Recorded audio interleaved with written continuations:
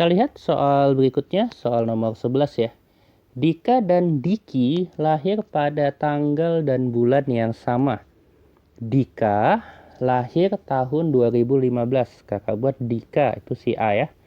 A-nya 2015. Oke.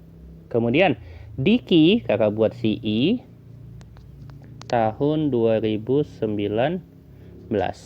Pada tahun berapa perbandingan usia mereka 1:5? Nah, kalau kita lihat perbedaan antara usia Dika dan Diki, ini bedanya berapa? 4 tahun ya. Benar ya? Bedanya adalah 4 tahun. Maka kalau dia seperti ini, tinggal kita buat aja. Supaya perbandingannya 1:5, berarti naik 1 tahun ya. Supaya ini 5 tahun. Nah, artinya A, itu dia supaya menjadi 1:5 dengan I, naiklah dia 1 tahun. Yang mana 1 tahunnya? Yang I tahun 2020, si A tahun 2020. Maka si I saat ini umurnya berapa? 1 tahun. Si A saat ini umurnya berapa? 5 tahun. Pas kan? Iya, karena tadi bedanya 4 tahun. Maka cukup tinggal 1 kali lagi, yaitu 1 tahun dinaikkan, dia akan menjadi perbandingannya 1:5. Maka jawabannya apa? Yang A. Gampang ya? Gak soal. Oke, kita lanjutkan soal nomor 12. Regi melempar 2 anak panah ke papan target di bawah ini. Banyak kemungkinan skor yang berbeda yang mungkin diperoleh Regi. Oke, ingat ya. Banyak kemungkinan skor berbeda yang mungkin diperoleh. Nah, maka ini harus kita jumlahkan ya.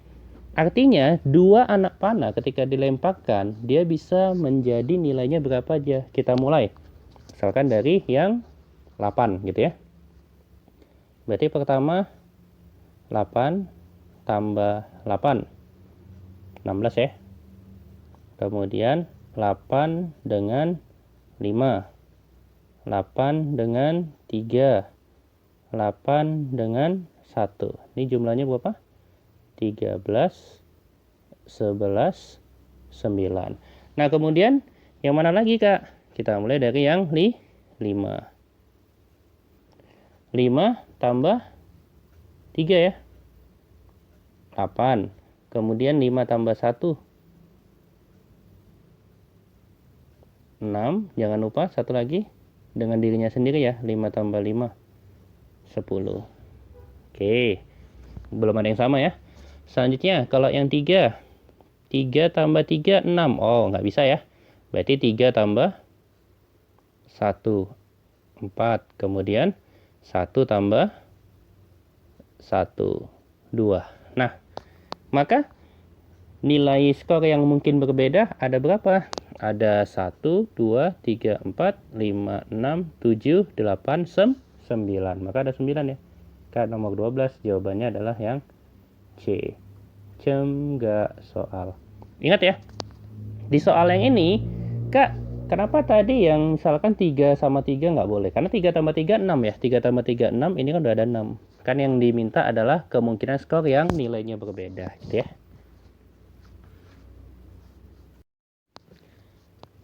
Kita lanjutkan soal nomor 13. Operasi delta dinyatakan P delta Q itu menjadi P tambah Q dibagi P kurang Q. Maka nilai dari, nah ini kita kerjakan yang dalam kurung duluan ya. 2 dikali 126. Delta 5 kali 42. Coba kita kalikan 2 kali 126. Itu hasilnya berapa? Ini 2, 5. Oke, 252 ya. Nah, kemudian 5 kali 42. Berapa 5 kali 42? 210 ya. Ini kita deltakan. Oke, maka kalau kita deltakan gimana jadinya? 252 tambah 210 dibagi 252 dikurang 210. Nah, karena delta tadi P tambah Q dibagi P dikurang Q. Kita masuki nilainya. 252 ditambah 210. Hasilnya itu adalah 462 ya. 462. Dibagi 252 dikurang 210. 52 dikurang 10. 42. Nah, maka tinggal dibagiin aja. 462 bagi 42. Yang jelas hasil akhirnya angkanya 2 ya. Berarti harus dikali 1 yang ada kan? Ya, maka dia jawabannya ini adalah 11. Gitu ya. 11 kali 42, 462.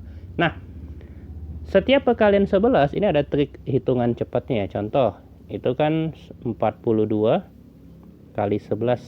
Ini cara hitungan cepatnya gini. Setiap perkalian 11, angkanya ini kita pisah. 4 kita pisah 2. Nah, yang di tengah itu merupakan penjumlahan antara 4 dan 2. 4 tambah 2 berapa? 6. Gitu ya. Jadi dia angkanya gimana? Ini dipisah, kemudian isi yang di dalamnya itu adalah 4 tambah 2. 6. Maka nanti misalkan 12 kali 11 gimana? 1 sama 2 pisah. 1 tambah 2 3. Seperti itu ya. Nomor 14. Faktor prima terbesar dari bilangan 9919 adalah. Nah, maka ini kita faktorkan dulu ya. Kalau 9919 bisa nggak kita bagi 2? Pastinya tidak ya, karena dia angka di belakangnya adalah ganjil. Kalau kita bagi 3, dijumlahin berapa itu? Ada sisa 1 ya, maka nggak bisa juga. Kalau bagi 4, nggak bisa. Bagi 5, bisa nggak? Nggak bisa ya. Yang bisa dibagi itu adalah 7 ya. 9919 itu bisa dibagi 7. Hasilnya berapa? 1417. Nah, kemudian 1417 kita bagi berapa lagi? Bagi seterusnya 8, bisa nggak? Nggak bisa ya. 9 nggak bisa. 11 juga tidak. Sisanya adalah yang dibagi 13. 109. Nah, 109. Oke, maka dia yang paling besar adalah 109 ya. 109 ini merupakan bilangan prima juga ya. Maka faktor prima terbesarnya adalah yang E. Nggak soal. Selesai ya. Berarti dia ini faktor primanya semua bilangan prima kita buat. Jawabannya yang E.